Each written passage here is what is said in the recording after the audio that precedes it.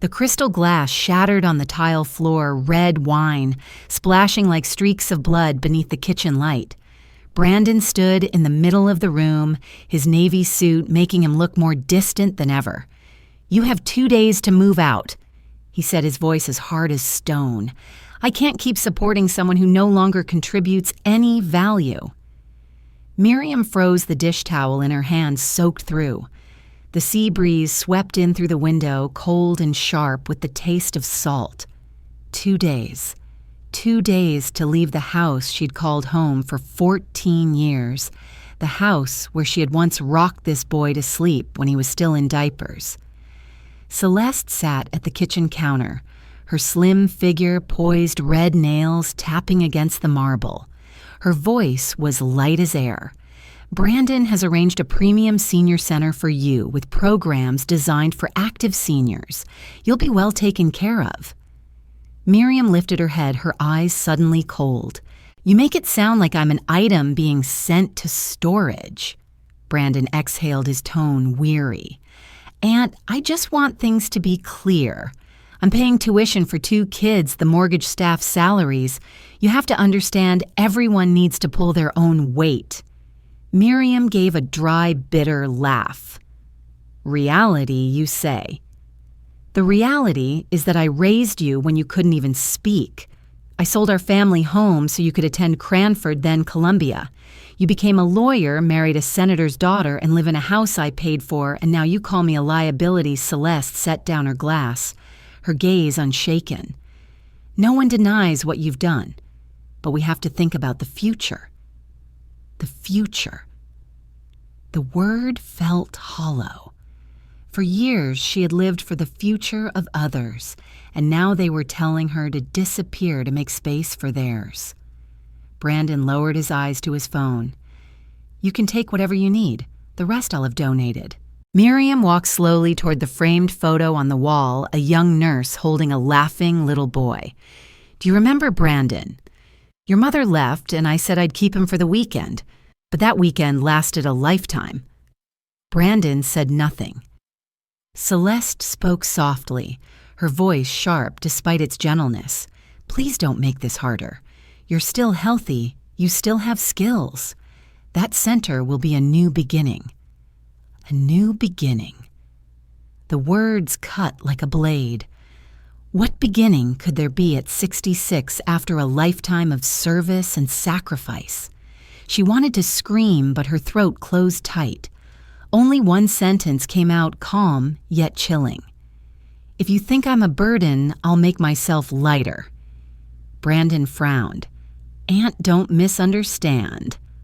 "No need," Miriam interrupted. "I understand more than you think." She turned away, her frail frame straight and steady, walking out of the kitchen. The door closed behind her, the sound of the hinge echoing like the end of a lifetime of devotion. Celeste exhaled, shaking her head. "I knew she'd react this way." Brandon bit his lip, avoiding his wife's eyes. "She'll understand." Eventually, he said, though somewhere inside him, something ached, a strange mix of regret and relief.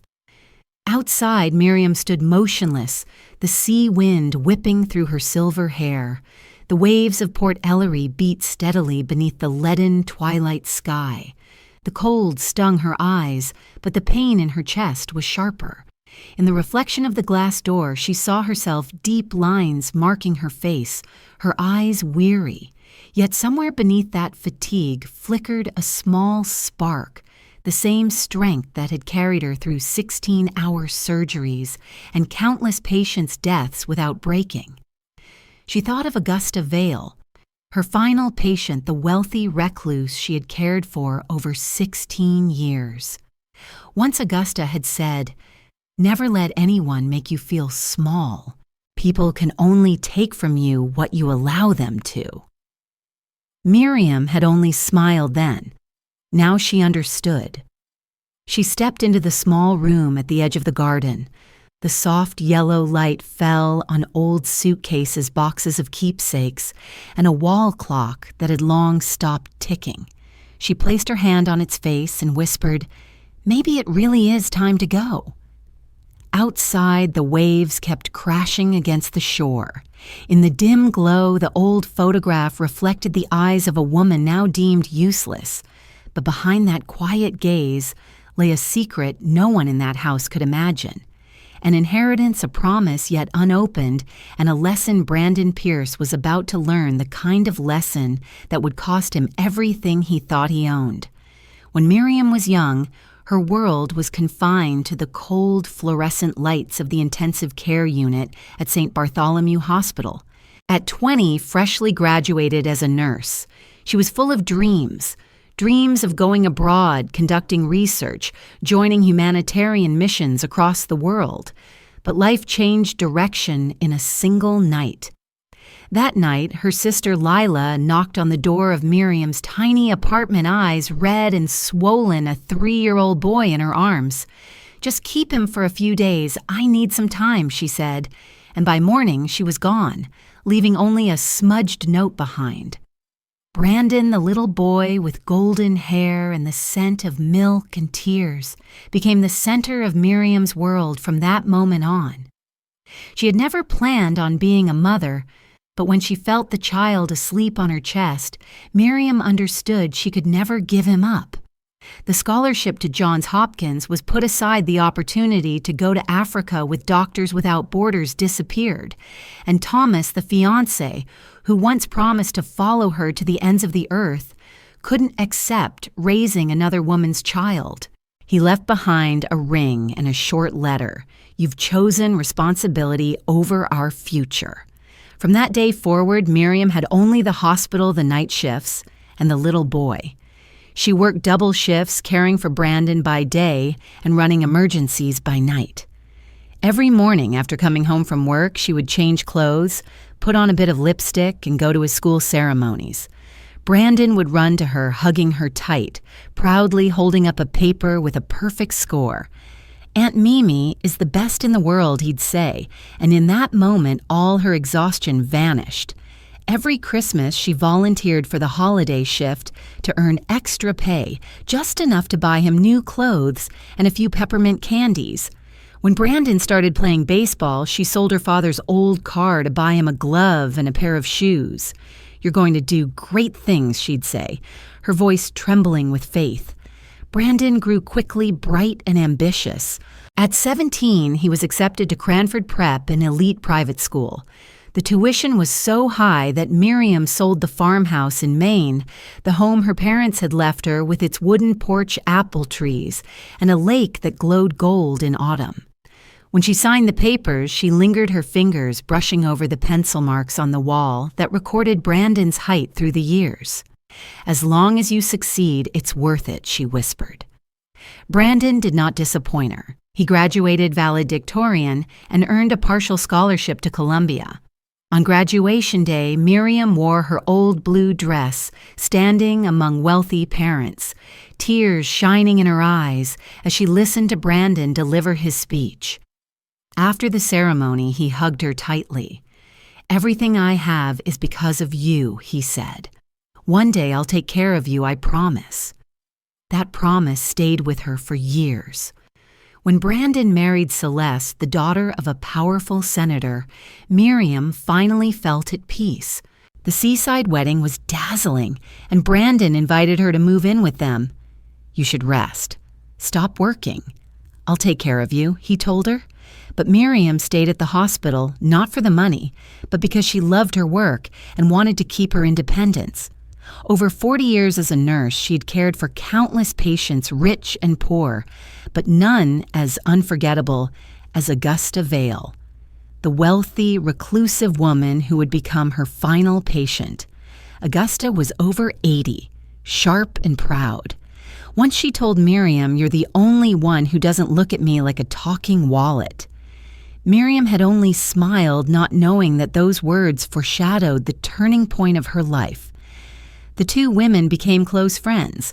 Every Sunday evening they played chess, read poetry, and talked about the simple, tender things that made life worth living.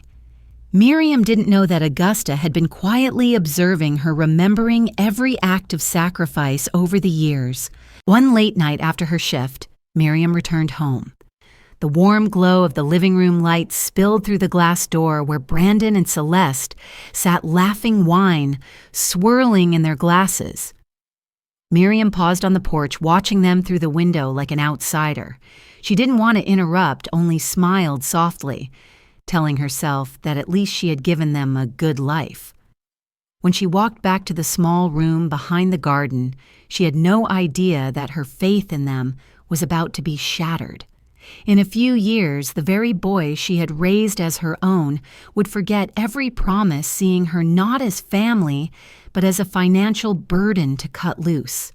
She couldn't have known that somewhere else Augusta Vale was rewriting her final will, adding a single line that would make every sleepless night and every sacrifice Miriam had ever made finally mean something. When Augusta Vale was admitted to St. Bartholomew, the entire hospital buzzed with whispers. She was the last heir to the Vale maritime fortune, a name that had commanded power across the eastern seaboard. At 88, she was thin as a shadow, yet her eyes still burned with a cold intensity that could silence a room with a single glance. The only nurse experienced enough to handle such a demanding patient was Miriam Cole. On her first day when she entered the private suite, Augusta sat upright on her bed, the sheets perfectly folded. "You're the new nurse." Her voice was raspy with age, yet still carried authority. "Yes, I'm Miriam. I'll be taking care of you." Augusta gave a curt nod, her gaze sharp and assessing. "I don't need pity. I just need precision." Miriam smiled softly. "I don't pity anyone. I'm here to help." And that was how a strange connection began between two women at opposite ends of life. Augusta, wealthy but utterly alone. Miriam, ordinary but steadfast. In a room filled with the sterile scent of disinfectant, they slowly grew familiar. Miriam didn't just check vital signs or administer medication, she listened. And Augusta, who was used to giving orders, found unexpected comfort in her nurse's quiet presence. One afternoon, sunlight streamed through the window, and Augusta sighed. "All my life, people have looked at me like a vault of gold. You're the only one who looks at me like a person," Miriam replied gently. "Maybe it's because I'm used to seeing patients, not pedigrees. People like you are rare." Augusta murmured, her eyes distant. "I've learned that money can buy almost everything except kindness." From that day on, Augusta began to soften. They read together, played chess, spoke of their youth. Miriam often told stories about Brandon, the nephew she had raised since he was a toddler. Every time she mentioned him, her voice carried both pride and melancholy. "Your son, Augusta?" asked. "No, my nephew. But I've raised him since he was 3. And now, he takes care of you, doesn't he?" Miriam hesitated. "He's busy, but he's a good man." "I believe that." Augusta smiled faintly, as if she had already seen the truth Miriam could not yet face. One winter night, Augusta suffered a heart attack. By the time the doctors arrived, Miriam had already stabilized her, keeping her heart beating. Afterward, Augusta gripped her hand, her voice weak but clear. "You saved me, Miriam, not because it's your job, but because you care. I can feel it." Miriam only squeezed her hand gently, saying nothing. That was the first time Augusta cried quietly, like someone who had just rediscovered the humanity she thought she'd lost long ago. Time passed, and Augusta grew frailer, but her dignity never faded. Each morning, Miriam opened the window, letting the sea breeze drift in. "I miss the sound of the waves," Augusta whispered. "Thank you for not letting me die surrounded by cold walls." In her final year, Miriam became the only family Augusta had left. No relatives, no friends, just a nurse and her patient, 2 aging souls bound by trust. When Augusta died, one calm March morning, she slipped away in her sleep, her face serene. Miriam straightened the blanket, brushed the woman's hair, and whispered, "Rest well, Mrs. Vale." The funeral was small, just a few lawyers and former staff. Miriam stood quietly at the back, not crying, only feeling hollow as though part of herself had gone with her friend. 2 weeks later, an official letter arrived from the hospital announcing budget cuts. After 45 years of service, Miriam was being forced into early retirement with a modest severance. Budget constraints the head of nursing said avoiding her eyes. Miriam gave a faint smile. "I understand. Everyone gets replaced eventually." She packed her things, folding her last white uniform into her bag. On the drive home, her hands trembled slightly on the steering wheel. She had no savings. Every dollar she'd ever earned had gone to Brandon tuition the house every emergency he claimed. But she told herself it was fine. He was successful now.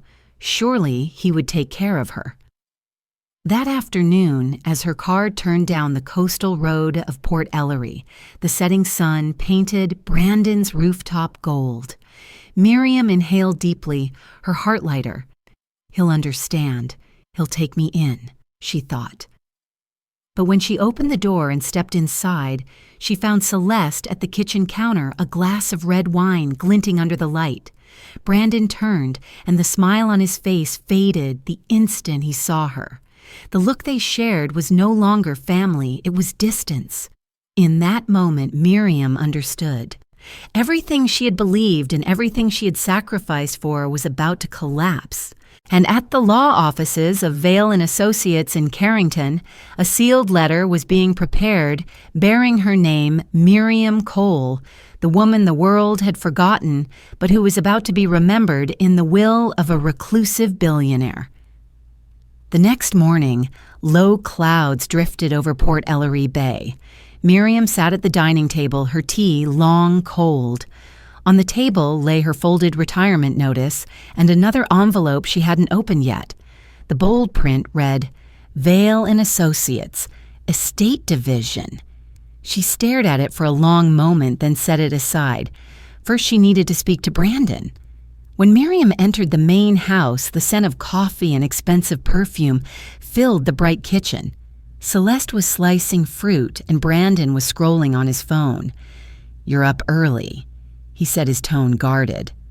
"I wanted to talk," Miriam replied, sitting across from him. "The hospital is cutting staff. I've been forced into retirement." Both looked up. Celeste's knife paused mid-air, her expression unreadable. Brandon frowned. "When does it take effect? End of the month. The severance will only cover 6 months. I thought maybe I could stay here, help around the house, keep the garden tidy. I'm still strong." Silence followed. Celeste set down her knife and folded the napkin in her hands. "Brandon, tell her." He glanced at his wife, then at Miriam, his voice suddenly distant. "Aunt, we've made plans. We're converting the guest house into an office. I'm about to make partner and I need space. With the kids coming home for the summer, the house will be full." Miriam blinked, confused. "You mean it's time you move somewhere else?"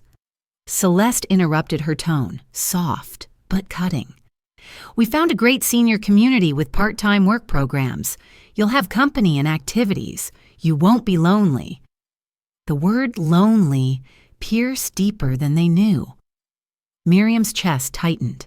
She could hear the waves crashing faintly beyond the windows. "You're asking me to leave," Brandon sighed, trying to sound calm. "It's not that. It's just reality. You don't have income anymore, costs are rising, and I have a family to support kids, staff, taxes, projects. Reality." Miriam repeated softly. "Reality is that I raised you from 3 years old.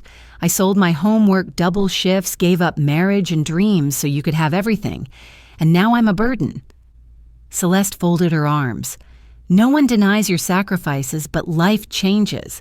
We have our own responsibilities." Brandon looked away. "You have 2 days. I'll hire movers to help." Miriam sat still. 2 days. 45 years of love reduced to 48 hours. She stood, her voice steady. "Fine, I'll pack. No need to send anyone." As she left, Celeste whispered, "Brandon, "Are you sure I don't have a choice?" He answered quietly, but Miriam still heard him. That afternoon, she sat alone in the small back room by the garden. Everything around her felt painfully familiar. The photo of Brandon at graduation, the stopped clock on the wall, the faded curtains she'd sewn herself.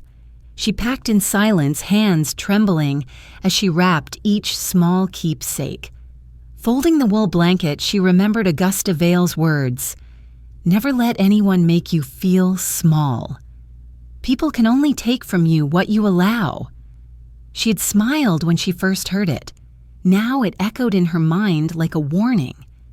That evening, Brandon knocked on her door. He stood there, hands in his pockets, eyes downcast. "Aunt, I know this is hard. Please understand, I don't mean any harm." Miriam looked up at him, the boy she once cradled. "You don't need to mean harm to hurt someone, Brandon. Sometimes indifference is enough." He turned away silent. The next morning, while Miriam sealed the last of her boxes, Celeste appeared in pristine white workout clothes, hair tied neatly, coffee in hand. "Do you need help?" "No, I'm almost done." Celeste glanced around the room. James confirmed everything with Oak Ridge. "They have a vacancy. The car will pick you up this afternoon." Miriam gave a faint, bitter smile. That was quick. I've never seen anyone send family off so efficiently. Celeste didn't answer. As she turned to leave, she said softly, "Sometimes letting go is best for everyone." When the door closed, Miriam sat on the edge of the bed, tears burning her eyes. She didn't cry because she had nowhere to go, but because she realized she had never truly had a home. Her whole life had been about giving, and no one had ever thought to keep her. Night fell over the bay, the wind carrying salt through the thin curtain. On the table, the envelope from Vale and Associates still waited. Miriam picked it up, her eyes lingering on the red seal. Maybe she whispered, "The world isn't finished with me yet." Then she opened it. The next morning, Port Ellery lay beneath a veil of gray mist, the sea perfectly still. Miriam folded her last coat and pulled her suitcase from the guest house she had called home for 15 years. Brandon had gone to work early, Celeste had taken the children to school, and no one had said goodbye. Only the housekeeper opened the gate, murmuring awkwardly, "Good luck, ma'am." Miriam nodded without a word. Her old Toyota rolled slowly out of the estate past white walls and leaf-strewn streets. In the rearview mirror, Brandon's house grew smaller until it disappeared.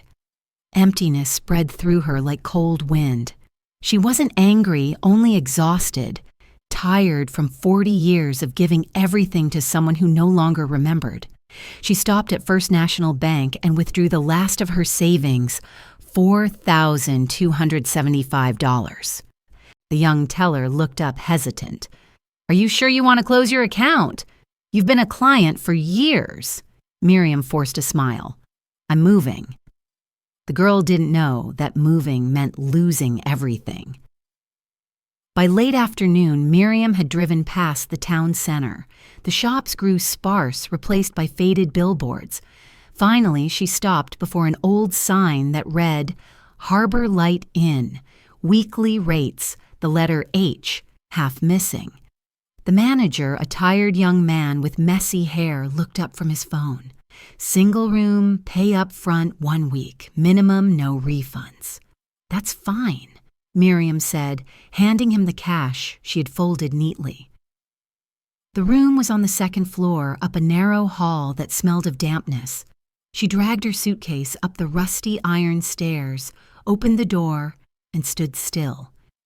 The bed was covered with wrinkled floral sheets, the curtains were torn, and a yellow bulb flickered weakly. Water dripped from the sink like a clock, marking what time she had left. Miriam sat on the edge of the bed, her hands trembling. For the first time in her life, she had nowhere to return to. 45 years as a nurse, thousands of night shifts, countless lives saved now, all she had was a cheap motel room and a few boxes of memories. She opened her suitcase, a framed photo of young Brandon, an old wool coat, and a white envelope stamped Vale and Associates, Estate Division. She hesitated, then opened it. Inside was a letter from the law firm managing the estate of Mrs. Augusta Vale, inviting Miriam to attend the reading of her will. Miriam sat in silence, her heart pounding.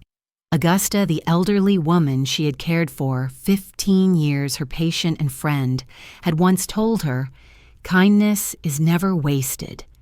Miriam people just realize it too late. Perhaps Augusta had left her a keepsake, Miriam thought, but deep inside a fragile spark of hope began to glow. Her phone buzzed. "A message from Brandon, the Oak Ridge Center car will pick you up this afternoon. Don't forget your papers." Miriam stared at the screen, then switched off her phone. Dusk fell quickly. She walked to a nearby corner store, bought a sandwich, and sat by the street watching people pass. Everyone hurried forward, faces lit by purpose. She realized she had become invisible, a shadow among them. She had spent her entire life holding others up, and now no one even saw her. When she returned to the Harbor Light Inn, the hallway lights flickered, the air thick with the smell of cigarettes and damp plaster. She sat on the bed staring at the yellowed ceiling.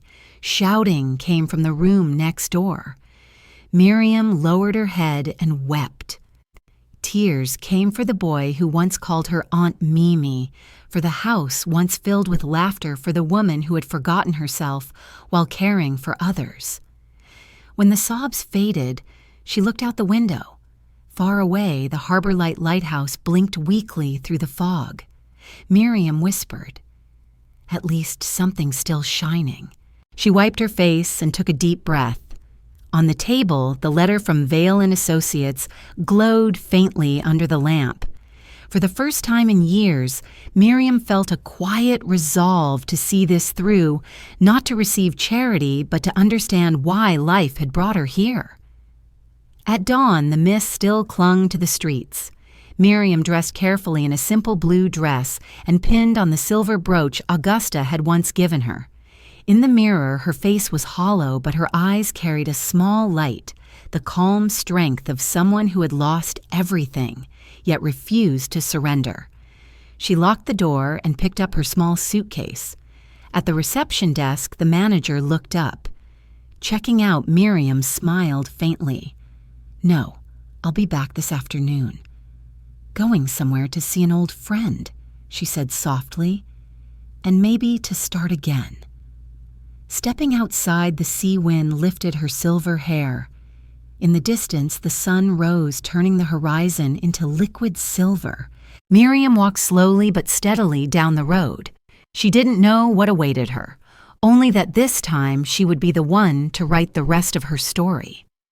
The building of Vale and Associates stood in the heart of Carrington, its glass walls reflecting the pale morning light. Miriam paused at the steps, clutching her worn handbag. She had pressed her blue dress until it was spotless and pinned on the silver brooch Augusta had once given her. Her heart pounded after so many years. She was entering a place not as a nurse, but as herself. The young receptionist greeted her with a warm smile. "Good morning, Mrs. Cole. Mr. Goldstein is expecting you on the 12th floor." When the elevator doors opened, Miriam stepped into a bright conference room where a tall man with silver hair stood waiting. "Mrs. Miriam Cole," he said kindly. "I'm Michael Goldstein, attorney for Mrs. Augusta Vale." His voice was calm and steady. "You cared for Mrs. Vale for 15 years, didn't you?" "Yes," Miriam replied. "She was my patient, then my friend." Goldstein nodded and opened a folder. 3 years ago, Mrs. Vale amended her will after speaking with you. She told me, "Miriam showed me that kindness and dignity cannot be bought. She deserves the peace I never found." Miriam lowered her eyes to the document in front of her. The printed words made her breath catch. I leave to Miriam Cole the sum of $12 million to be held in trust for her needs and wishes." The air felt heavy. "There must be a mistake," she whispered. "No mistake," Goldstein assured. Mrs. Vale signed before 3 witnesses perfectly sound of mind.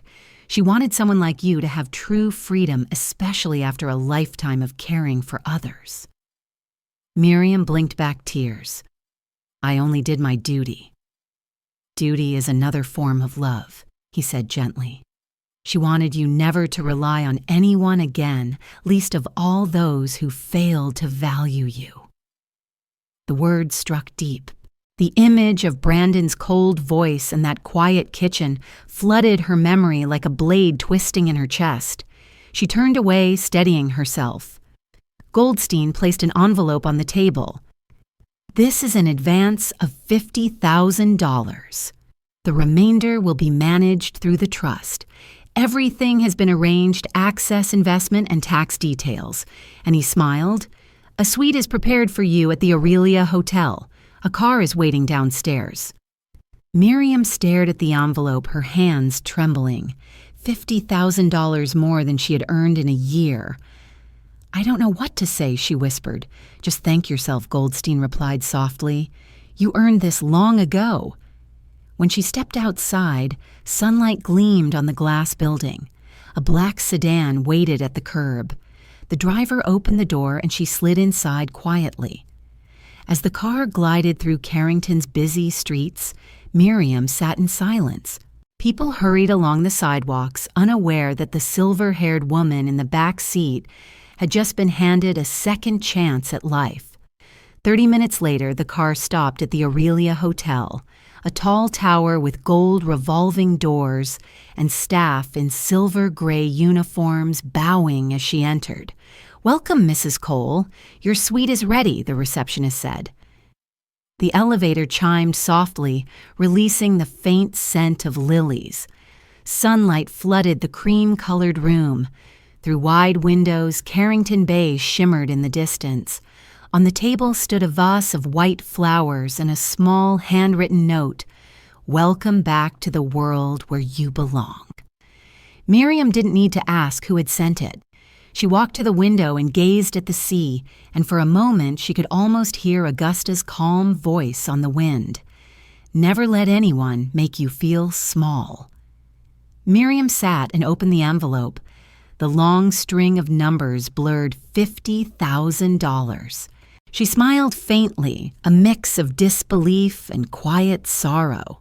For years, her worth had been measured by hours shifts and other people's gratitude. Now she understood kindness could never be priced. In the mirror, the 66-year-old woman still stared back, but her eyes were different, clear and steady. She thought of Brandon, wondering how he would react when he learned that the financial burden he cast out was now staying in a luxury hotel with more wealth than he could imagine. The thought almost made her laugh, but the smile faded. She didn't need revenge. Peace was answer enough. Outside, the afternoon light painted the bay in warm gold. Miriam set the envelope down and stepped onto the balcony. The wind carried the scent of salt and the sound of distant waves. She closed her eyes, drawing a long, calm breath. For the first time in years, she felt alive again. "Thank you, Augusta," she whispered. "I'll live the rest of my life worthy of this gift." On her first morning at the Aurelia Hotel, Miriam woke to the distant sound of waves and sunlight filtering through silk curtains. The sheets beneath her were so soft they made her feel guilty for stepping out of bed. She wasn't used to such comfort. All her life, Miriam had slept on hospital cots in folding chairs or on the sagging mattress of the guest house. Now everything was quiet, luxurious, almost unreal, and she found herself unsure how to breathe in a world this still. The phone rang.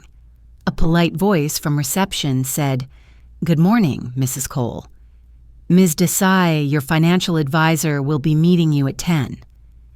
Miriam hesitated, then remembered what Mr. Goldstein had told her the day before. She was old but wise enough to know that without learning how to manage the money, she would never truly stand on her own.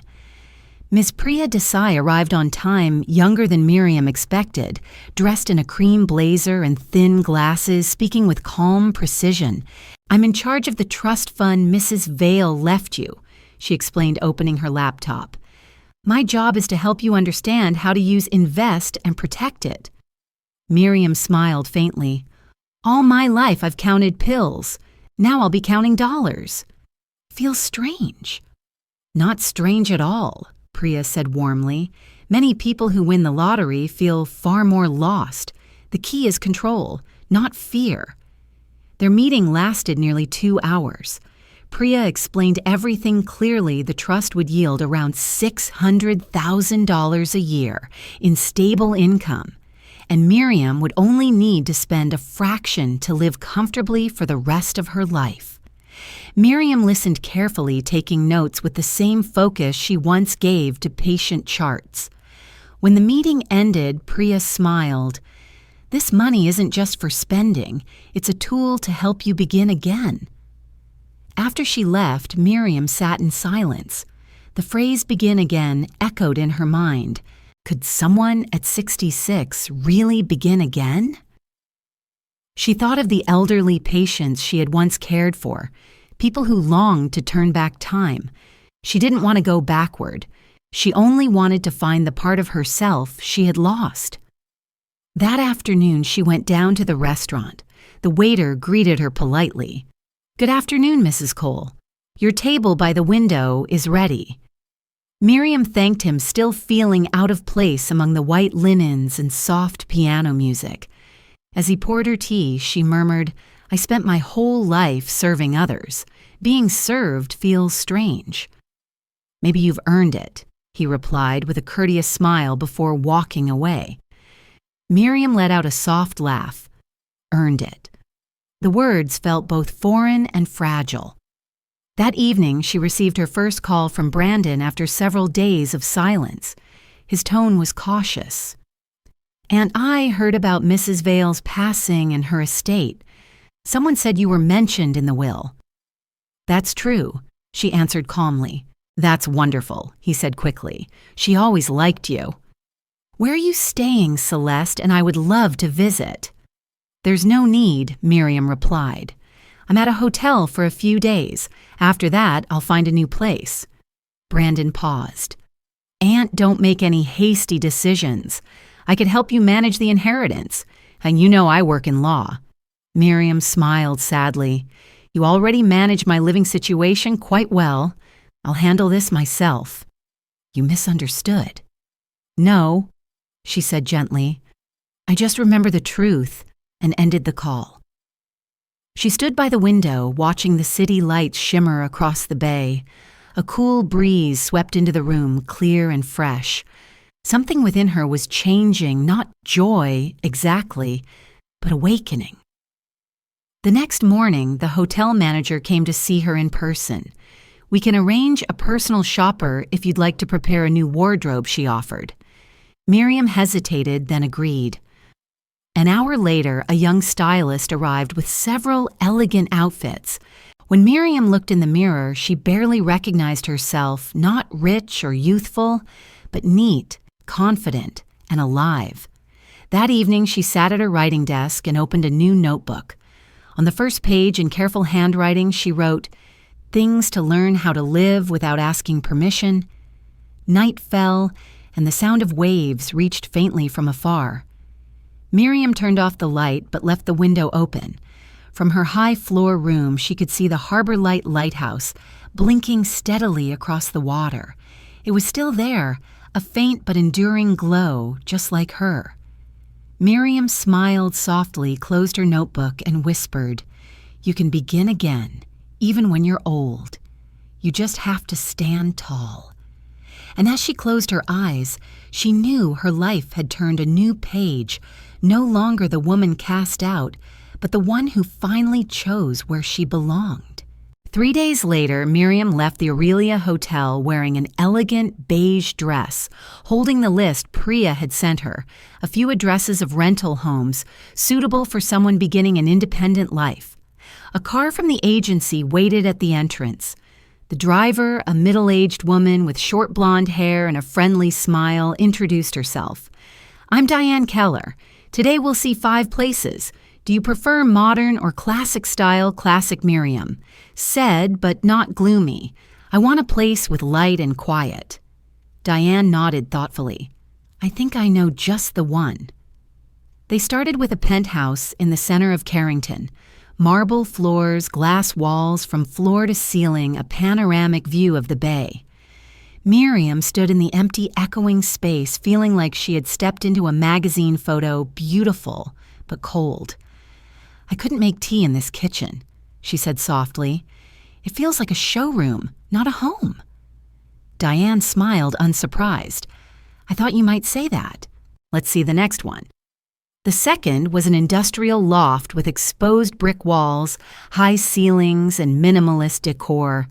Miriam liked the scent of old wood, but the sound of traffic below was relentless. "I need to hear the wind-knot horns," she murmured. They moved on to 2 more properties, a new townhouse and a small villa by the river. Both were beautiful, but each lacked something she couldn't quite name, perhaps warmth or memory. When the car stopped at the final address, Diane said, "This one's farther from the city, but when I saw it, I thought of you." The house was in the old Linden Row district on a cobblestone street shaded by elms. Its pale green walls and weathered roof tiles gleamed softly under the light.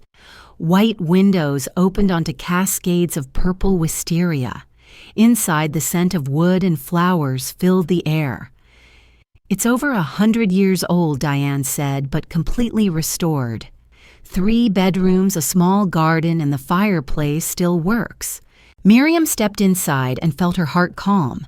Sunlight streamed through the windows, glimmering on the polished wood floor like rippling water.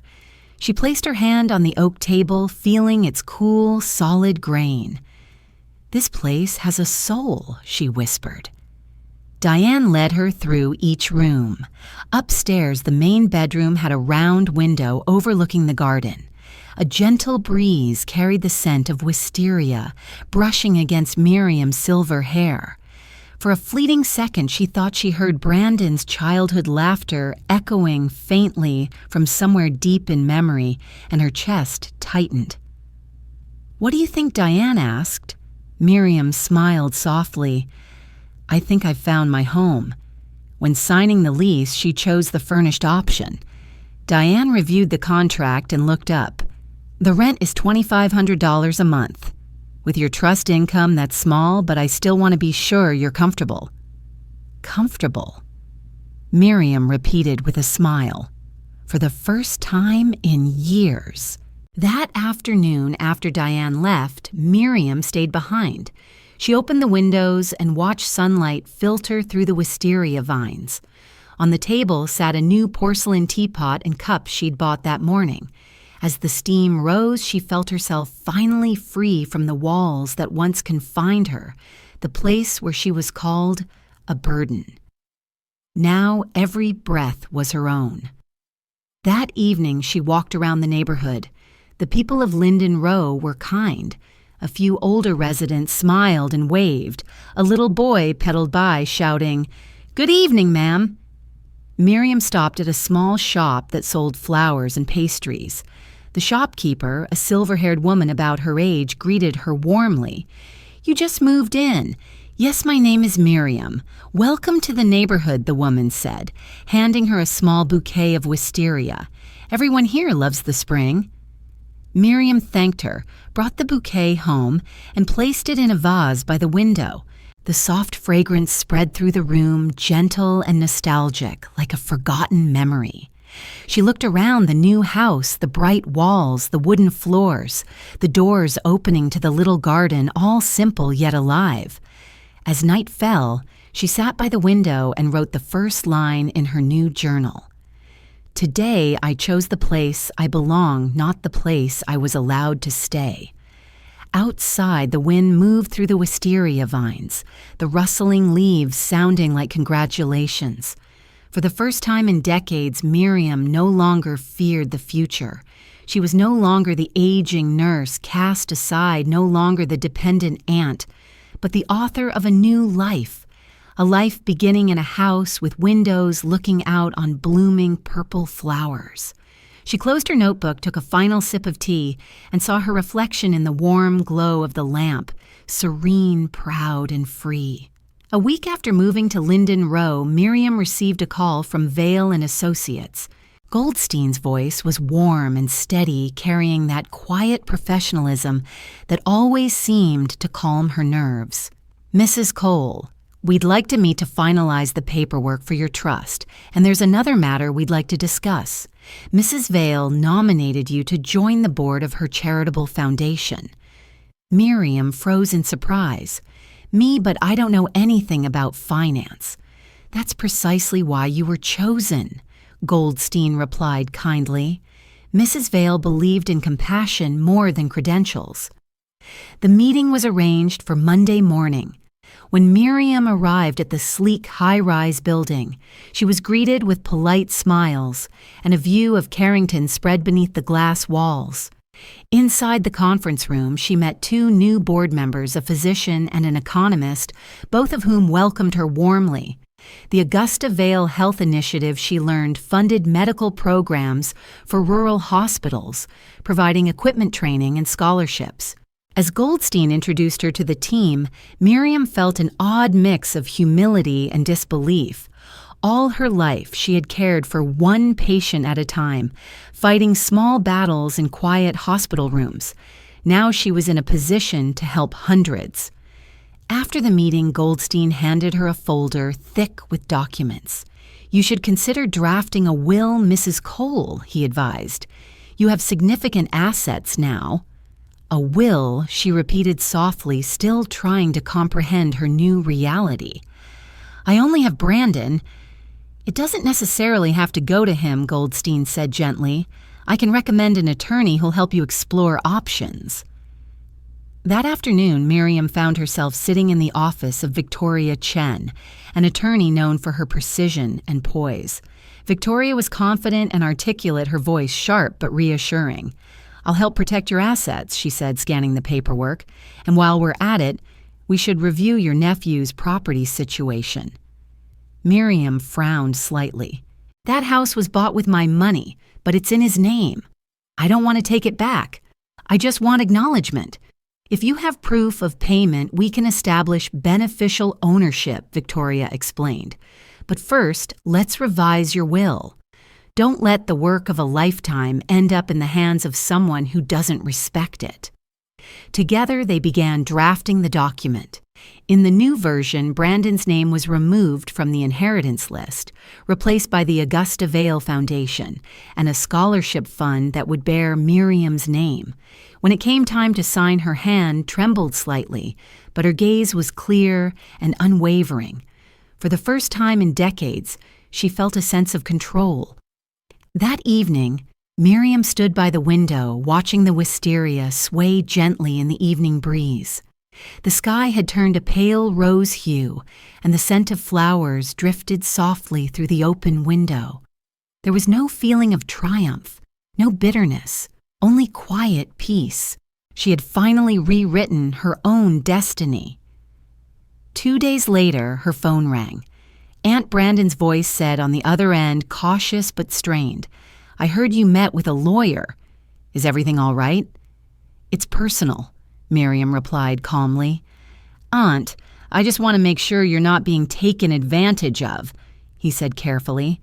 "Families don't use words like burden on Brandon," she answered, her tone even. "I'm fine." There was a long pause before he spoke again. "If you need me to sign anything, just send it. I don't want any misunderstandings."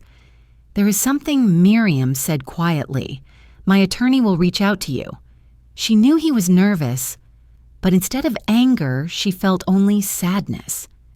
Brandon still hadn't realized that freedom, financial and emotional, was the truest form of wealth. The next day, Victoria sent him the document, a statement acknowledging that the house in question had been purchased entirely by Miriam. If he signed it, he would remain the legal owner, but the truth would finally be on record. If he refused, Victoria would take the matter to court. 3 days passed with no response. On the 4th, Brandon appeared at her door in Linden Row. He was neatly dressed, his shirt crisp, but his face drawn. "Aunt, what is this about?" he asked as soon as she opened the door.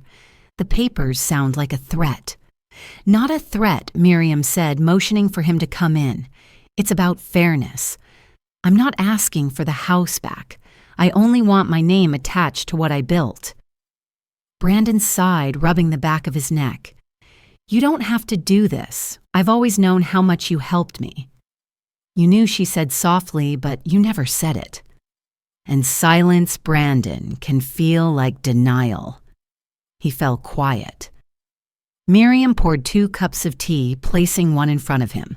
"Sign it," she said gently. "Not for money, but for integrity." He hesitated, then nodded slowly.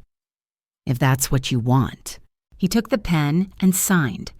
As the ink dried, Miriam felt as if she had just laid the final stone on a long bridge connecting sacrifice to dignity. Brandon looked down, unable to meet her gaze. "I'm sorry," he murmured, "for the things I said." Miriam simply nodded. When he left, the door clicked softly behind him. The house was quiet except for the faint rustle of the wisteria outside. Miriam looked at the signed document on the table. Tears welled in her eyes, slipping down her cheeks, but they no longer burned. For the first time in her life, the truth was hers, and it was enough. 2 weeks after Brandon signed the acknowledgement papers, Miriam began to truly feel the rhythm of her new life. Each morning she watered her garden-brewed tea, read the paper, and then went to the Augusta Vale Foundation office for meetings. Every time she held the discussion materials in her hands, she still felt a quiet astonishment. She'd never imagined she would have a voice in decisions that could change lives. The feeling was both thrilling and sweet, like rediscovering a youth she thought had vanished forever. One afternoon, while reviewing a healthcare project proposal for mountain communities, her phone rang. The screen displayed Brandon's name. She hesitated before answering. "Aunt," his voice cracked, trembling slightly. "I'm sorry it's taken me this long to call. Celeste left. She took the kids. She said I was stupid for signing that paper with you. Now everything's fallen apart." Miriam gripped the phone, her voice calm but steady. "You'll be fine, Brandon. Loss can be the lesson we need to grow." Later that day, he appeared at the gate of Linden Row, his shirt wrinkled, face pale, and drawn eyes heavy with exhaustion. "Aunt, I'm not here to ask for money. I just wanted to talk." Miriam opened the door, avoiding his gaze. "Come in." He looked around the little house, his voice low. "You've made a peaceful life here. This house feels like a new chapter for you." "It is," Miriam replied. "I chose it so I'd never again have to depend on anyone." Brandon looked down. "I was awful. When Celeste left, I finally understood what it feels like to be abandoned. You must have felt that way when I threw you out." His confession struck something deep within her pain. Yes, but also release. "What will you do now?" she asked quietly. "I don't know," he admitted. "The firm's cutting staff. I might lose my job." "Aunt, do you hate me?" "No," she said softly, "but you must face the weight of your own choices. Anger only makes the burden heavier." His eyes glistened. "Could I stay here for a few weeks just until I find my footing again?" Miriam looked at him for a long moment. The man who had once turned her away now stood trembling in her doorway. Part of her wanted to refuse, another part could not. "All right," she said finally. "The sofa in the living room folds out, but it's only temporary." He smiled faintly, relief flickering across his face. That evening, Miriam laid out blankets and set a pot of tea on the side table. When he finally fell asleep, she sat watching him. The anger inside her had faded, replaced by a quiet sadness, like that of a mother watching her child finally learning a lesson long overdue. The next morning, Miriam left early for a meeting. When she returned, the house was spotless, the garden freshly tended. Brandon was wiping down the table. "I wanted to help," he said. "You've done enough for me already." "What I need," Miriam replied, "is for you to learn gratitude, not repayment." Brandon nodded. "I will. I'm starting over." In the days that followed, he printed documents for her, drove her to the foundation, and repaired the old porch. People assumed he was her assistant, and Miriam didn't correct them. Slowly, they learned to talk again, carefully, patiently, without the sharpness that once filled their words. One afternoon, they sat on the porch, watching sunlight filter through the wisteria. Brandon asked softly, "Do you regret raising me?" Miriam looked at the flowers swaying in the breeze. "No, but I once regretted teaching you that love means endurance. That isn't love, Brandon, it's fear." He was silent for a long time. "I understand now." "Not yet," she said with a small smile. "But you're learning." A breeze stirred and a few purple petals drifted into their hands. Miriam felt a lightness inside her as though she had finally set down a burden carried for half a lifetime. That evening, Brandon packed his things. "I found a small apartment downtown," he said. "Thank you for giving me another chance." "Just live true to your words," she replied. He nodded, his eyes more sincere than she'd ever seen. When the door closed, Miriam watched his figure fade beyond the elm-lined street. This time she didn't cry. She knew some wounds only heal when left alone, without touching or clinging. The light from the house spilled into the garden, glinting on the wisteria vines. Miriam poured herself a cup of tea, its fragrance spreading through the quiet air. Life was strange, she thought. When we stop begging for love, others finally learn how to give it. She sat by the window listening to the wind and the ticking clock. In that still moment, Miriam knew she was finally free. On Monday morning, Miriam arrived at the Augusta Vale Foundation headquarters for her first official board meeting. The conference room on the 15th floor gleamed with sunlight, its glass walls reflecting the skyline below. Michael Goldstein greeted her warmly. "Mrs. Cole, today we'll be discussing the medical scholarship project under your direction." Miriam nodded, her heart full of gratitude and quiet nerves. She had spent her life serving in hospitals, never imagining she would one day sit in a room where decisions shaped hundreds of lives. She presented her proposal to expand funding for senior nurses who wished to return to work. When she finished, the room erupted in applause. Goldstein smiled. "You prove that dedication has no age limit." Mrs. Vale chose wisely. As she stepped out into the lobby, Miriam saw a familiar face, Brandon. He wore a suit but looked worn, his eyes sunken. "Aunt," he said softly, "I'm sorry for coming without calling. I was here to see Mr. Goldstein, but I really came to see you." Miriam kept her tone even. "What is it? Brandon Celeste filed for divorce," he admitted. "She took the kids. She said I was foolish for signing that paper with you. Now everything's falling apart." His voice trembled, heavy with regret.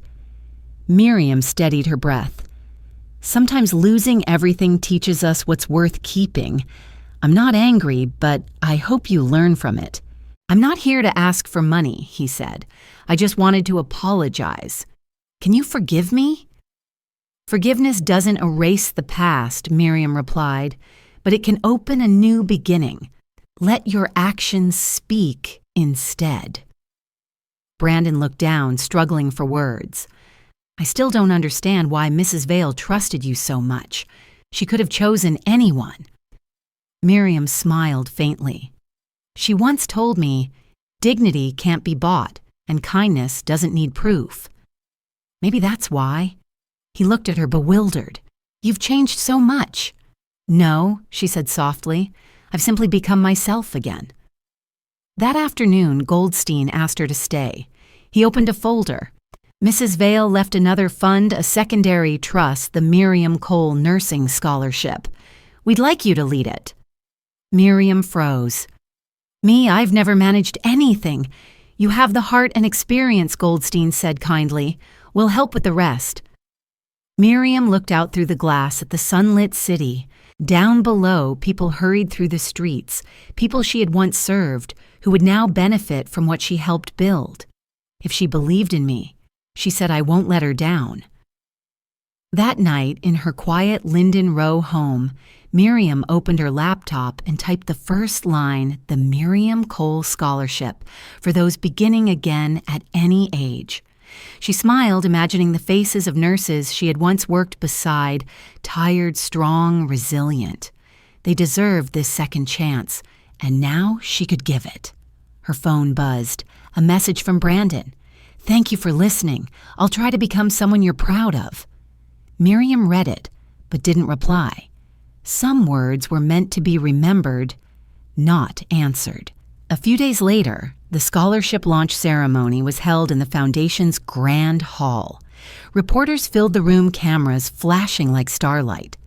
When introduced, Miriam stepped on stage, the lights glinting off her silver hair. "Mrs. Cole," a journalist called out, "how does it feel to have a scholarship named after you?" Miriam smiled. "I don't see myself as running anything. I'm simply passing on the faith someone once placed in me." The story spread quickly. Newspapers called her the woman who began again at 66. She didn't read them all, but she saved one photograph, her signing the documents, eyes calm, lips faintly smiling. That evening, light rain fell over Linden Row. Miriam stood by the window, watching the wisteria sway gently outside. The soft rhythm of rain filled the room. She whispered, "Thank you, Augusta. Because of you, I found myself again." She poured tea and sat by her desk, opening her journal. On the fresh page, she wrote, "No one is a burden when they learn to stand on their own." Closing the notebook, she lifted her gaze, listening to the rain. Peace spread through her heart, steady and warm like dawn breaking after a long storm. One early autumn morning, Miriam was brewing tea when the doorbell rang. Outside the gate stood a young girl, hesitant, wearing a brown school coat and a backpack. "I'm Lily Harrington," she said softly. "I'm Brandon's daughter." Miriam froze for a moment. The girl's face carried both defiance and vulnerability. "Come in, dear," Miriam said, opening the gate. "It's chilly out. Have some tea to warm up." Lily sat at the table, hands wrapped around the teacup without drinking. "I'm sorry for coming unannounced," she murmured. "Dad doesn't know. I just wanted to ask about the house." "What house?" Miriam asked gently. "The one in Oak Ridge," Lily replied. "I found papers in Dad's drawer. Your name was on them. I don't understand why everyone says it's his house if you signed the documents." Miriam was silent for a few seconds, then said quietly, "Because it was mine, Lily. I bought it, paid for it, but I let your father put his name on it. I thought it would help him build a future. But people only truly value what they earn themselves." Lily looked down. "He never told me. When I was little, I thought Dad was so strong. Now I see he's more fragile than I realized." Miriam's expression softened. "No one stays strong forever, child. Your father once had a good heart. He just forgot why he started." Lily's voice shook. "I don't want to be like him. I want to be a nurse like you. But Dad wants me to study law." I said no, and he got angry. Miriam smiled faintly. "Being a nurse isn't glamorous, but it teaches you to see the truth of the world. If that's your dream, hold on to it." Lily looked up. "Will you help me? I don't know where to start." Miriam nodded kindly. "I'll help, but you must walk your own path, not mine or your father's." When the girl left, Miriam stood by the window, watching sunlight glimmer on the wisteria vines, soft and violet like memory. A strange warmth filled her heart, not quite joy, but continuity. Perhaps love never truly disappears. It just moves on to the next generation to be healed. That afternoon at the foundation meeting, Goldstein greeted her with his familiar smile. "Good news," he said. "The first year of the Miriam Cole Scholarship has 30 applicants. One of them is a young woman named Lily Harrington. Is she related to you?" Miriam's lips trembled slightly as she nodded. "My granddaughter. I didn't know she applied." "Her essay was remarkable," Goldstein said, opening the file. "She wrote that she wants to become the kind of person who taught her that true worth isn't measured in money, but in kindness." Miriam went still, her eyes blurred not from tears but from pride. "I never thought I'd live to see something like this," she whispered. Goldstein smiled. Maybe that's Mrs. Vale's real legacy to give so others can continue giving. That evening, Miriam wrote a letter to Lily. "If you truly choose nursing, remember this," she wrote. "No hands are too small to save another life. I'll be here beside you, not to lead you, but to remind you never to forget why you began." When she folded the letter, her heart felt light. Outside, the wind carried a few wisteria petals down to the porch. She opened the door and inhaled deeply. The air was filled with the scent of wood and earth and the quiet taste of peace. A year ago, Miriam had been a woman cast out of her home. Now she was someone who passed on her flame to the next generation. Life was strange. She thought you sometimes have to break before you can stand tall. The phone rang. It was Brandon. Aunt Hees said, his voice thick with emotion. "I heard Lily got the scholarship." "Did you know I did?" Miriam replied softly. "You should be proud of her. She's stronger and more honest than you realize." His voice wavered. "Thank you for never giving up on me and for teaching Lily to be good. Then live in a way that honors," that she said gently and hung up. That night, Miriam sat on the porch holding a letter from Lily. "Aunt," it read, "I got the scholarship. I wanted you to be the first to know." Miriam smiled, folded the letter, and placed it in a glass frame. On the cover, she wrote one line, "Faith always finds its heir." Outside, the moonlight shimmered over the wisteria vines, pale and soft like a blessing. Miriam closed the window, her heart filled with a quiet warmth, the kind of happiness that doesn't shout but glows bright enough to light the rest of her days. That afternoon, Miriam received a call from Brandon. His voice was low and cautious. "Aunt, I'd like to see you. Not about money, but to thank you and to say something I've never said before." Miriam hesitated for a moment, then agreed. Perhaps it was finally time to close an old chapter. The small riverside restaurant was bathed in warm yellow light, reflecting off the water. Brandon was already there, wearing a simple shirt, his face thinner, more tired. When he saw her, he stood. "You look healthier than before," he said sincerely. "Because now I live for myself," Miriam replied. "I no longer wait for anyone's permission." They ordered a modest meal, vegetable soup, and grilled fish. At first, silence hung between them, broken only by the soft clinking of cutlery. Then Brandon spoke. "Aunt, I still remember that night when you left the house. I was standing in the kitchen looking out the window as you walked away with your suitcase in the rain. That image has haunted me ever since. I know I did something unforgivable." Miriam gazed out at the river. "If that image changed you, then it served its purpose?" Brandon nodded, his voice unsteady. "Celeste filed for divorce. She said, 'I'm weak and selfish.'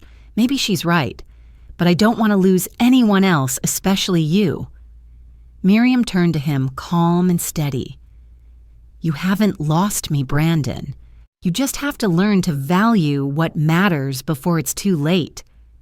He took a deep breath. "Do you regret raising me?" "No," Miriam said softly. "If not for you, I'd never have learned that love doesn't mean sacrificing everything. I only regret teaching you that love equals endurance." He lowered his head. "I'm trying to change. I'm working for a small legal office now, helping seniors with inheritance papers. Last week, an old woman came in and I thought of you. I helped her for free. For the first time, I felt lighter." "That's the best way to make amends," Miriam said with a faint smile. After a pause, Brandon added, "I know Lily visits you often. I didn't stop her. She needs someone to look up to, someone I couldn't be." "She's strong," Miriam replied. "All you need to do is let her walk her own path." "I'll try," he said. "And if I can, I'd like to contribute something small to your foundation as a thank you." "Money isn't necessary," Miriam said gently.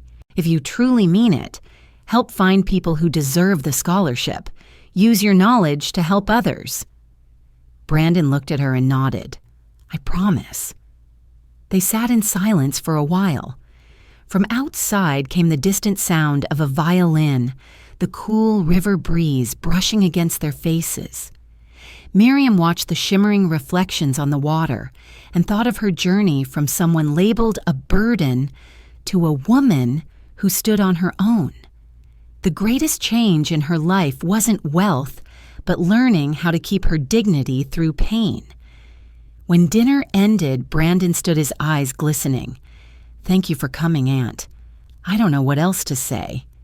Miriam smiled. "You don't need to. Just live true to your word." They walked to the riverbank. Lights sparkled on the surface like scattered stars. Brandon stopped. "Aunt May, I hug you once." She hesitated briefly, then nodded. He stepped forward, embracing her lightly as if afraid to hurt her.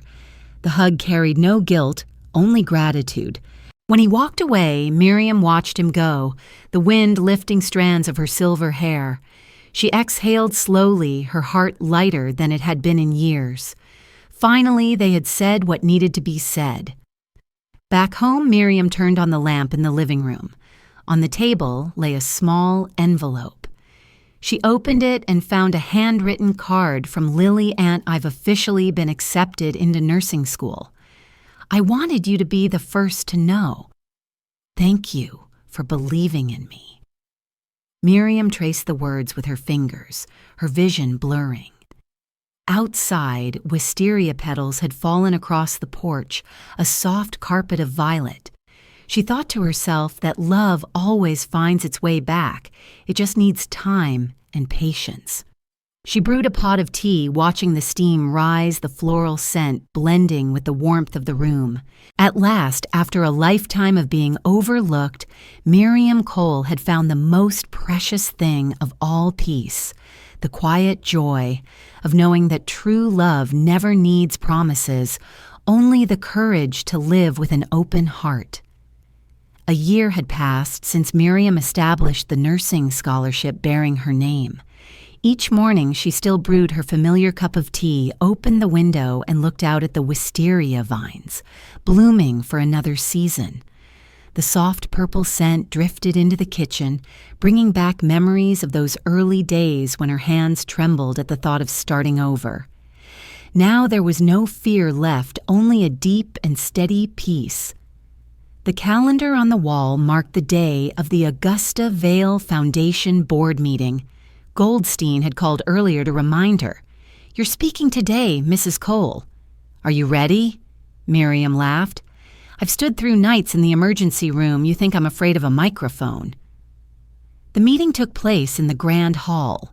When she stepped onto the stage, she saw hundreds of faces before her nurses' students, people who once believed that age or poverty was a wall they could never climb. She drew a deep breath, her voice warm and steady. "I once thought my worth was measured by how well I served others. But when I was pushed out of the home I called family, I realized that kindness doesn't need recognition. It only needs to be carried forward from one generation to the next. The hall erupted into applause. Miriam smiled and bowed slightly. As she stepped down, Goldstein leaned over and whispered, "You've said exactly what Mrs. Vale always believed." Among the crowd, Miriam spotted a familiar face, Lily wearing her nursing student uniform, holding a bouquet of flowers. She rushed forward and hugged her tightly. "Aunt, I did it. Today I received the second-year scholarship." Miriam laughed through her tears. "I know you did. Augusta would be so proud of you." They posed for a photo together, 2 generations one, who had endured one who was stepping into her future. When the flash went off, Miriam realized that this was the moment her entire journey had been leading to.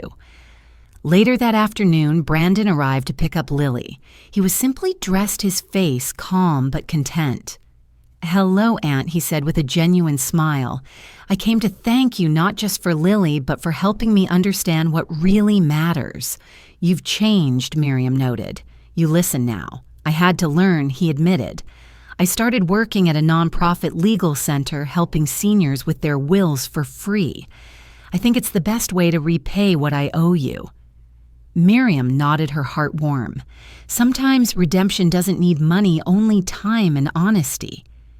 Brandon looked around the cozy, sunlit house, the purple flowers hanging down from the porch. "Do you ever think of leaving this place?" "No," she said softly. "This is my real home, the place where I don't need anyone's permission to stay."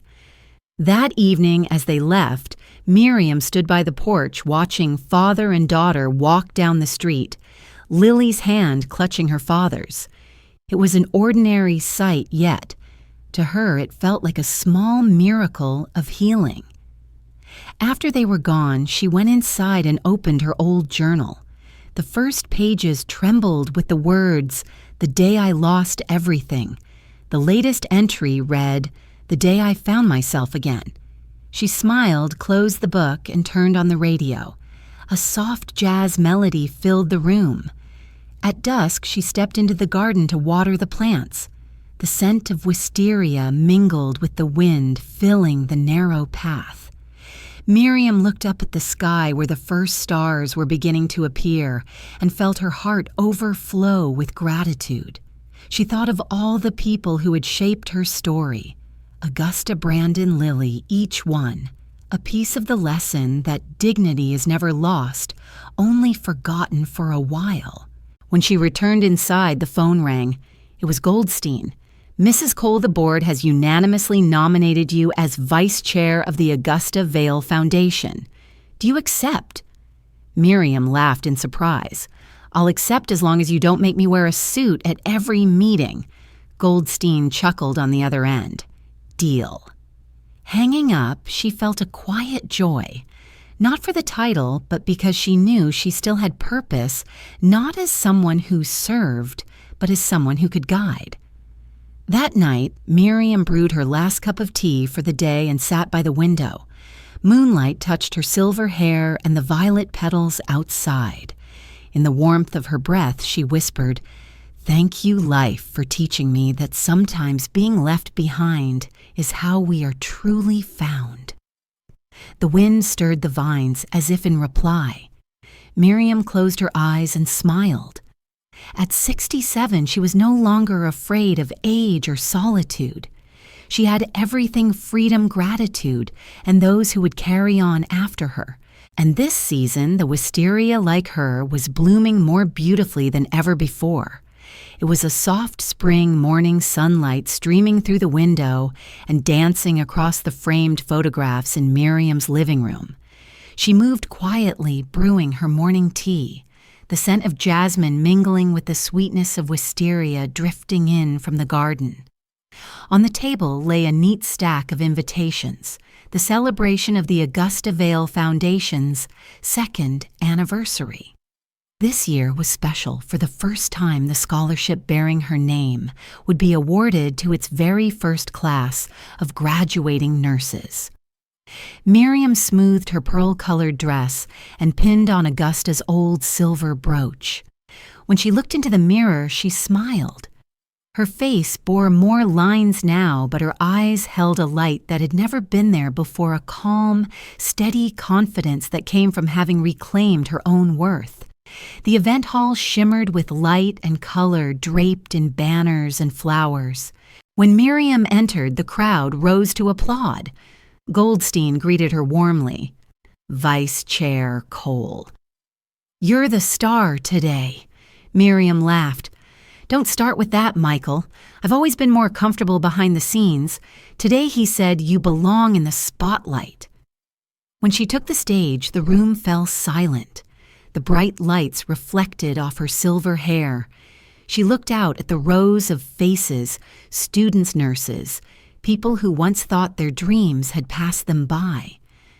Taking a breath, she began, her voice strong and warm. 2 years ago, I was just a nurse forced into early retirement called a burden. But one woman, Mrs. Augusta Vale, gave me a gift greater than money, the chance to begin again. I used that chance not to repay her, but to continue the kindness she gave me. If you can carry that forward, then do so. That's how change begins, one act of compassion at a time. The hall erupted into applause. In the front row, Lily sat among the graduates wearing her crisp new nursing uniform, her smile radiant. When Miriam called her name as one of the outstanding recipients, Lily stood eyes bright with tears. After the ceremony, they met outside in the courtyard. Lily handed her a bouquet of wisteria blossoms, their fragrance soft and pure. "And I was accepted into the internship program at Mercy Hospital," she said excitedly. "I promise I'll work with the same devotion you always had." Miriam took her hand, her voice tender. "Don't be like me, Lily. Be better. It took me half a lifetime to learn how to love myself. Start sooner than I did." Lily nodded, her eyes glistening. Just then, Brandon appeared, a camera slung around his neck. "Can I take a photo of you two?" he asked with a calm, genuine smile. "I'm proud of both of you," he said softly. "One taught me what dignity means, the other what perseverance looks like." The picture was taken beneath the wisteria trellis petals, fluttering in the breeze, some falling gently into Miriam's hair. She laughed softly, her smile full and serene, the smile of a woman finally at peace. That afternoon, Miriam returned home and placed the new photograph on the shelf beside Augusta's portrait. Sunlight filtered through the window, illuminating both faces, one remembered, one still smiling. The phone rang. It was Goldstein. "Mrs. Cole, the ceremony was a complete success," he said. "The board voted to open 3 new branches of the foundation. They'd like you to serve as honorary patron." Miriam chuckled. "Michael, I only ask for one thing, that the foundation continues helping those who believe it's too late." "You're living proof that it's never too late," he replied warmly. After hanging up, Miriam stepped out onto the porch with her teacup. The garden glowed in the fading light, wisteria vines swaying in the evening breeze.